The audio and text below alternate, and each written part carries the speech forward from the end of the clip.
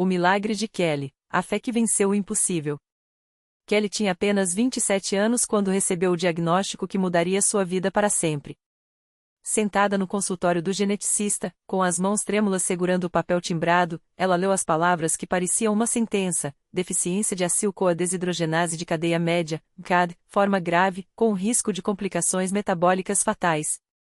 O médico explicou que seu corpo não conseguia metabolizar certas gorduras, o que poderia levar a crises de hipoglicemia severa, convulsões e, em casos extremos, a morte súbita. Você precisará de uma dieta extremamente restritiva, medicamentos para o resto da vida e evitar qualquer esforço físico ou estresse, disse ele, com um tom que não deixava margem para esperança. E mesmo assim, não há cura. Kelly voltou para casa em silêncio, o peso das palavras do médico esmagando seu peito. Seu marido, Rafael, tentou consolá-la, mas ela mal conseguia olhar nos olhos dele. Como vamos criar nossos filhos assim? Murmurava, enquanto as lágrimas escorriam. Eles tinham 2 meninos pequenos, Lucas de 5 anos e Miguel de 3, que dependiam dela. A ideia de não poder brincar com eles no parque, de não ter forças para cuidar da casa ou até mesmo de correr o risco de desmaiar a qualquer momento a deixava desesperada. As semanas seguintes foram um turbilhão de exames, consultas e restrições. Kelly passou a viver com medo. Cada dor de cabeça, cada tontura fazia pensar: será que é uma crise? Será que desta vez não vou acordar? A dieta era tão rigorosa que ela mal conseguia comer fora de casa. Os remédios deixavam-na sonolenta e irritada. Rafael, embora amoroso, não sabia como ajudá-la além de orar.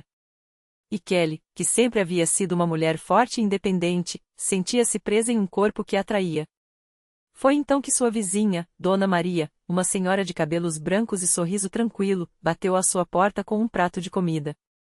Fiz um caldo de galinha bem leve, sem gordura, como o médico falou, disse, colocando a travessa na mesa. Kelly agradeceu, mas Dona Maria não saiu. Sentou-se à mesa e segurou sua mão. Minha filha, eu sei que você está sofrendo. Mas Deus não nos abandona. Você já foi à Congregação Cristã no Brasil? Lá tem irmãos que oram com fé, e Deus opera milagres. Kelly já havia ouvido falar da CCB.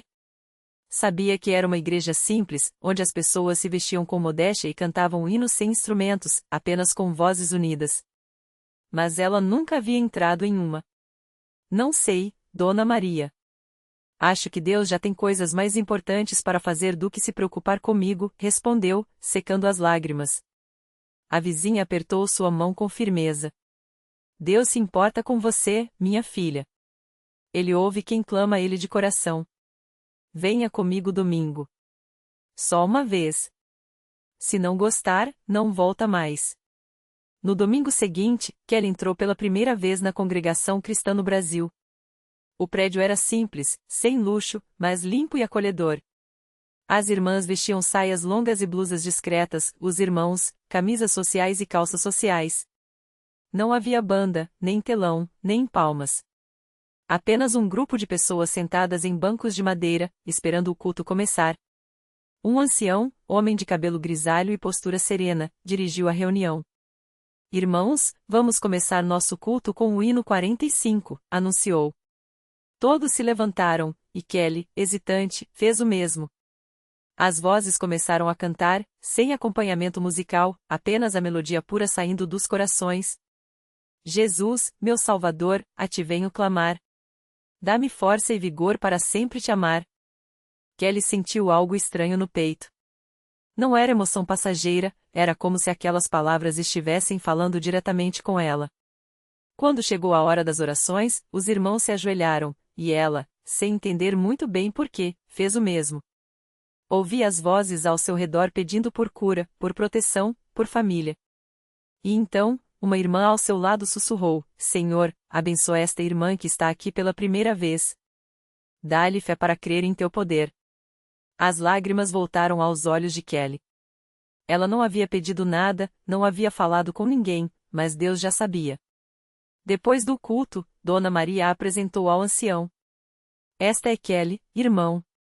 Ela está passando por uma prova difícil na saúde. O ancião olhou para ela com olhos cheios de bondade. Filha, Deus é poderoso. Você veio ao lugar certo. Volte na quarta-feira para a reunião de oração. Traga sua fé, mesmo que seja do tamanho de um grão de mostarda. Kelly voltou. E voltou novamente. A cada culto, sentia uma paz que não encontrava em lugar nenhum. Os irmãos não faziam espetáculo, não prometiam cura imediata, mas oravam com uma fé tão sincera que Kelly começou a acreditar que, talvez, Deus pudesse fazer algo por ela. Uma noite, após a Santa Ceia, momento solene em que os irmãos partilhavam o pão e o vinho em memória de Cristo, o ancião pediu que aqueles que precisavam de uma bênção especial se levantassem. Kelly hesitou, mas Dona Maria a encorajou com um toque no braço. Ela se levantou, trêmula. O ancião aproximou-se e colocou a mão em sua cabeça. Irmã Kelly, você veio aqui com um fardo pesado, mas Jesus disse, vinde a mim, todos os que estáis cansados e oprimidos, e eu vos aliviarei. Hoje, em nome de Jesus, eu oro para que esta doença seja removida do seu corpo. Que o sangue de Cristo a purifique, que sua graça a fortaleça. Creia, irmã. Deus não falha. As lágrimas escorriam pelo rosto de Kelly enquanto os irmãos ao seu redor repetiam, Amém. Creio, Senhor. Na semana seguinte, Kelly voltou ao médico para mais exames de rotina. O geneticista, ao analisar os resultados, franziu a testa. Isso não faz sentido, murmurava, olhando as folhas.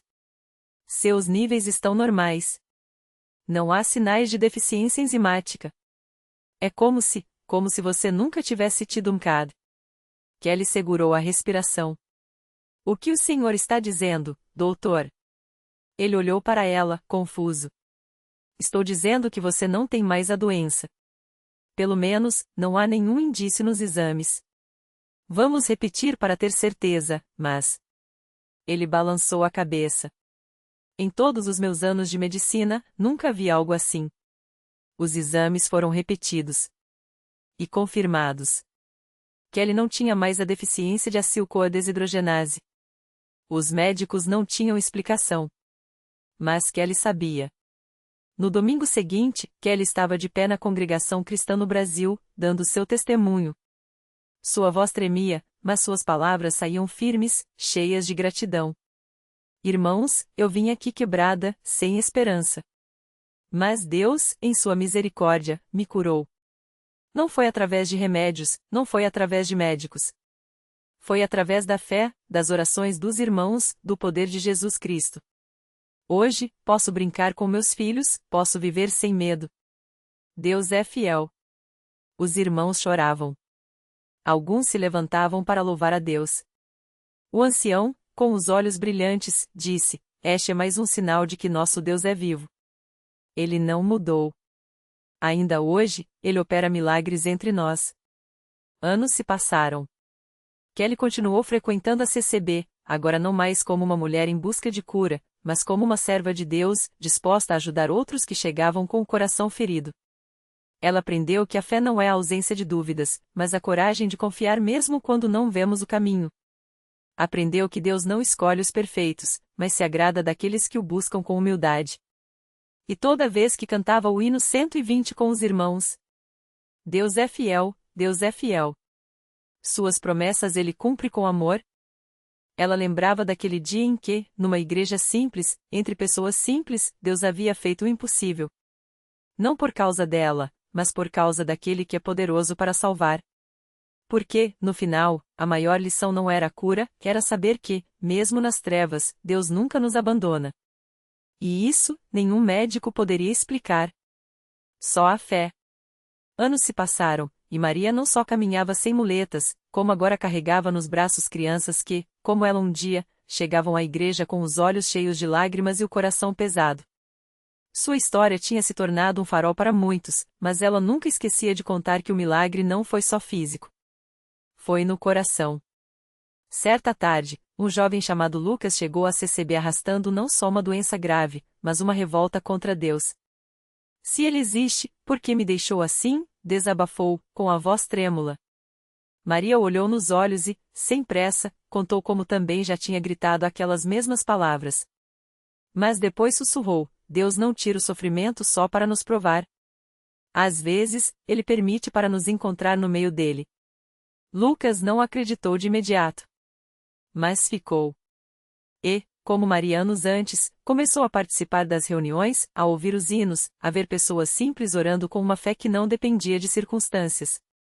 Até que, numa noite de oração, enquanto os irmãos cantavam o hino 340, Buscai primeiro o reino de Deus, algo dentro dele se quebrou. Não foi uma cura instantânea, mas uma paz que ele não conhecia. E, aos poucos, como quem vê o sol nascer depois de uma tempestade, Lucas começou a enxergar que Deus não o havia abandonado. Estava ali, no abraço de um irmão, no pão partido na Santa Ceia, na mão que segurou a sua quando ele pensou em desistir. Maria sorria ao ver aquilo. Porque ela sabia, o maior milagre não era andar, nem sarar, nem ter todas as respostas. Era descobrir que, mesmo quando tudo parece perdido, Deus está tecendo uma história muito maior do que a nossa dor. E que, na CCB, ninguém está sozinho. Hoje, Lucas serve na obra do Senhor, e Maria continua ali, não como uma ex-mulher doente, mas como uma serva que entende que a fé não é um prêmio para quem nunca duvidou, mas um refúgio para quem, mesmo fraco, escolhe confiar. E toda vez que o coro entoa o hino 120, ela fecha os olhos e agradece. Porque Deus não mudou. Ele ainda é fiel. E suas promessas, ele cumpre com amor. Sempre. Naquela mesma igreja, alguns bancos atrás de Maria, sentava-se Ana, uma jovem de 22 anos que há meses carregava um peso que ninguém via. Ela chegará a CCB arrastada pela tia, depois de uma noite em que o desespero a fez pensar em coisas que nunca imaginaria dizer em voz alta. O diagnóstico médico era claro, uma doença rara, sem cura conhecida, que aos poucos ia tirando suas forças. Os médicos falavam em qualidade de vida, mas Ana só ouvia sem esperança. No início, ela ia aos cultos por obrigação, os olhos baixos, o coração fechado.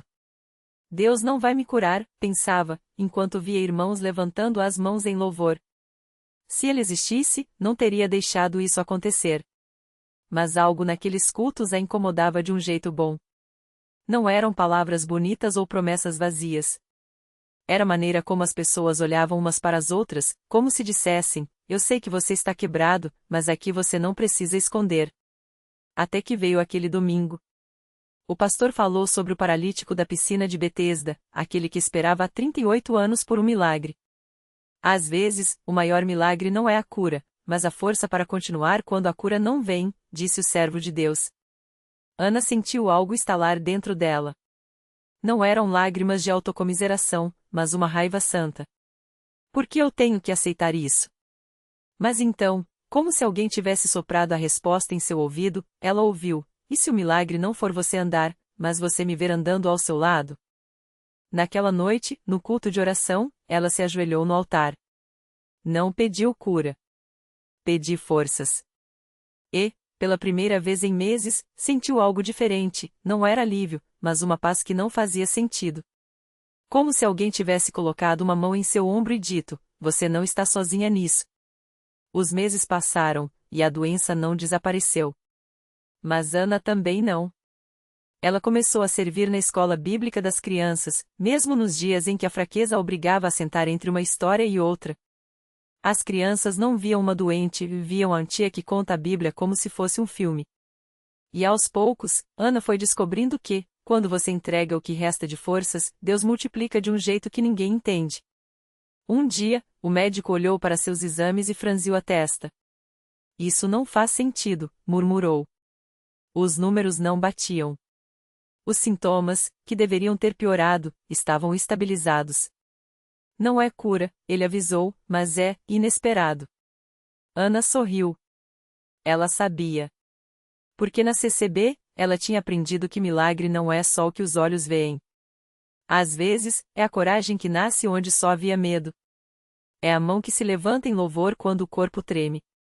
É a certeza de que, mesmo quando a resposta é não ou espera, Deus nunca diz eu te abandonei. Hoje, Ana ainda toma seus remédios e faz seus exames. Mas ela também canta no coro juvenil, com uma voz que às vezes falha, mas nunca se cala.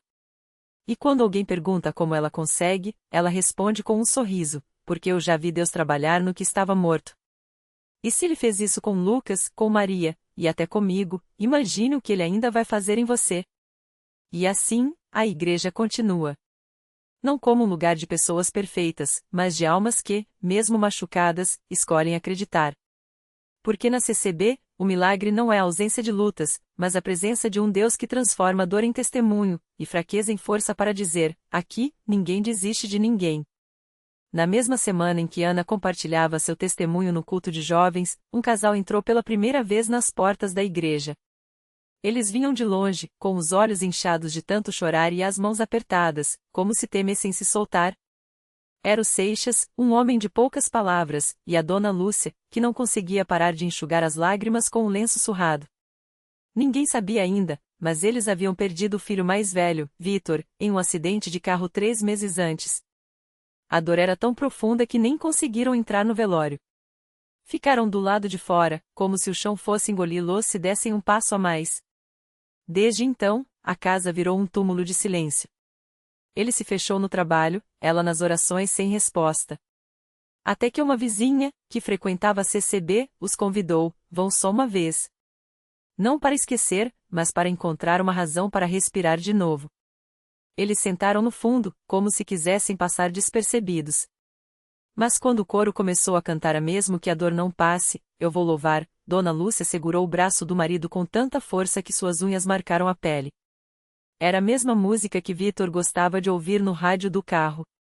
E de repente, entre um verso e outro, ela sentiu algo que não sentia há meses, uma pontada de paz. Não era a dor sumindo, era como se alguém estivesse segurou sua mão no escuro e sussurrasse: eu estou aqui. No final do culto, o pastor se aproximou sem pressa. Não ofereceu palavras vazias como Deus sabe de tudo ou um dia vocês vão entender. Em vez disso, olhou nos olhos deles e disse: vocês não estão sozinhos. E se quiserem, a gente pode orar juntos. Não para trazer ele de volta, mas para que Deus mostre a vocês como viver com essa saudade sem deixar ela matar o que ainda tem de vida em vocês. Os dias seguintes não foram fáceis. Havia noites em que o Seixas acordava gritando o nome do filho, e manhãs em que Dona Lúcia não conseguia sair da cama. Mas eles voltaram. Sempre no fundo, sempre com os olhos úmidos, mas voltaram.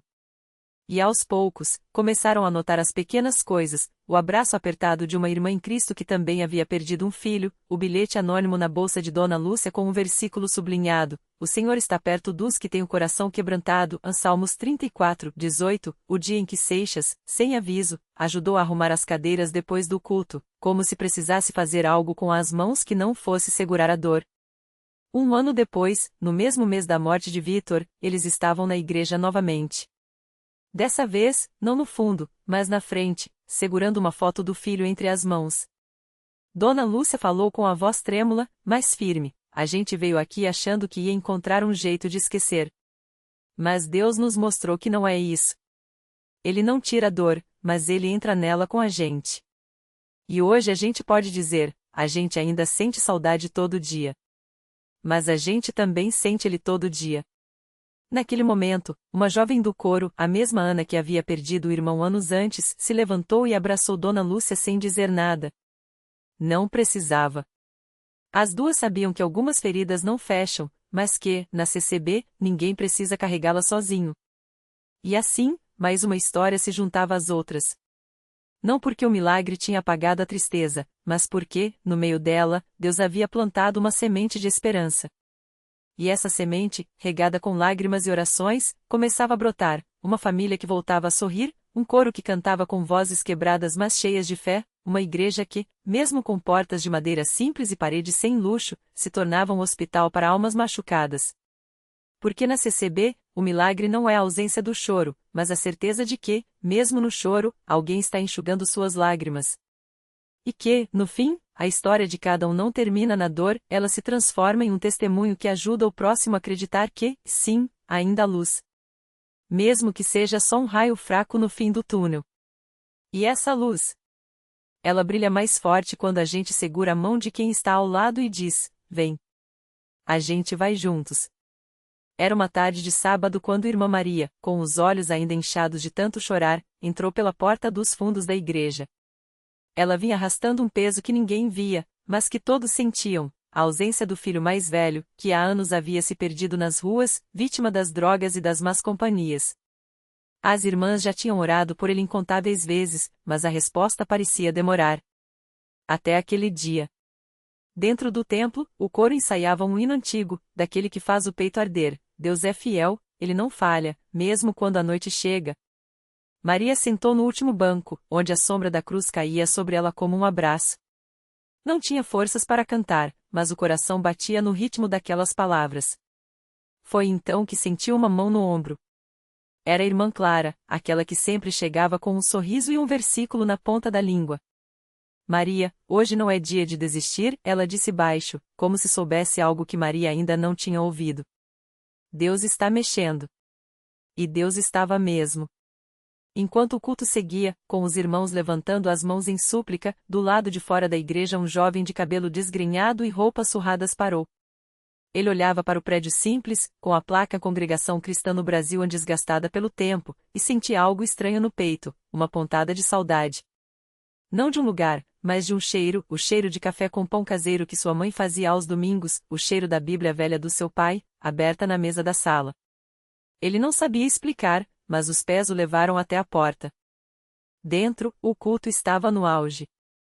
O pastor falava sobre o filho pródigo, e cada palavra era como um martelo quebrando as paredes que ele havia construído ao redor do coração. Quando os irmãos começaram a orar em voz alta, ele não aguentou. Caiu de joelhos no meio do corredor, e o choro veio como uma enxurrada. Não foi preciso ninguém perguntar quem ele era. Maria, que estava de costas, virou-se ao ouvir aquele soluço conhecido e quando seus olhos encontraram os do filho, por um segundo, o mundo parou. O abraço veio sem palavras. Os irmãos se aproximaram, colocando as mãos sobre os dois, orando, chorando junto. Não houve sermão, não houve repreensão. Só amor. Só Deus, mais uma vez, mostrando que ele não desiste de ninguém. Naquela noite, a casa de Maria ficou pequena para tanta gente. Os irmãos levaram comida, roupas limpas, e até um colchão emprestado para o quarto que há anos estava vazio. O jovem, agora com os olhos menos vazios, contava entre lágrimas como havia sonhado com a mãe na noite anterior. Ela estendia a mão para ele, e ele ouvia uma voz dizer: "Volte. Eles estão te esperando." Eu não merecia, ele repetia, envergonhado. Merecer não tem nada a ver, respondeu o pastor, servindo-lhe um prato de comida. É graça. Sempre foi. Nos dias que seguiram, a transformação foi visível. O rapaz, que antes mal conseguia olhar nos olhos das pessoas, agora ajudava a arrumar as cadeiras da igreja. Maria, que carregava uma dor muda, passou a testemunhar com um brilho novo: Deus não só trouxe meu filho de volta. Ele trouxe-lhe de volta o menino que eu amava, não a sombra que ele tinha se tornado. E assim, mais uma vez, a CCB provou que milagre não é só curar doenças ou multiplicar pães. Milagre é uma mãe reencontrando o filho, é uma igreja que não fecha as portas para quem errou, é um Deus que escreve finais felizes onde o mundo só vê pontos finais. Porque quando a gente menos espera, ele está ali, não com trovões e relâmpagos, mas com um abraço apertado, um prato de comida quente e a certeza de que, não importa quão longa seja a noite, amanhã sempre chega. E ela chega melhor quando a gente está de mãos dadas. O milagre não terminou ali. Com o tempo, Lucas não só voltou a sorrir como encontrou propósito, usou sua própria história para ajudar outros jovens perdidos nas mesmas escuridões. A CCB, que o acolheu sem julgamentos, tornou-se seu porto e ele, um farol. Maria, que antes orava com lágrimas, agora orava com gratidão, vendo o filho que pensou ter perdido se transformar em instrumento de esperança. A reflexão que fica é que Deus não age só nos momentos grandiosos, mas nas escolhas simples, na paciência de quem não desiste, na comunidade que estende a mão, no amor que insiste mesmo quando tudo parece perdido. O verdadeiro milagre não foi apenas Lucas voltar para casa, mas a coragem de todos que acreditaram que redenção é possível, mesmo quando o mundo diz a não. A lição: nunca subestime o poder de um recomeço. Às vezes, o que parece um fim é só Deus reorganizando as peças para um quadro mais bonito. Porque milagre não é só o que Ele faz por nós, mas o que Ele faz conosco, quando deixamos Ele escrever a história. E assim, entre risos, lágrimas e muita fé, a família de Maria aprendeu: amanhã não só chega, ela nos encontra, se estivermos de mãos dadas. Nascer do sol faíscas.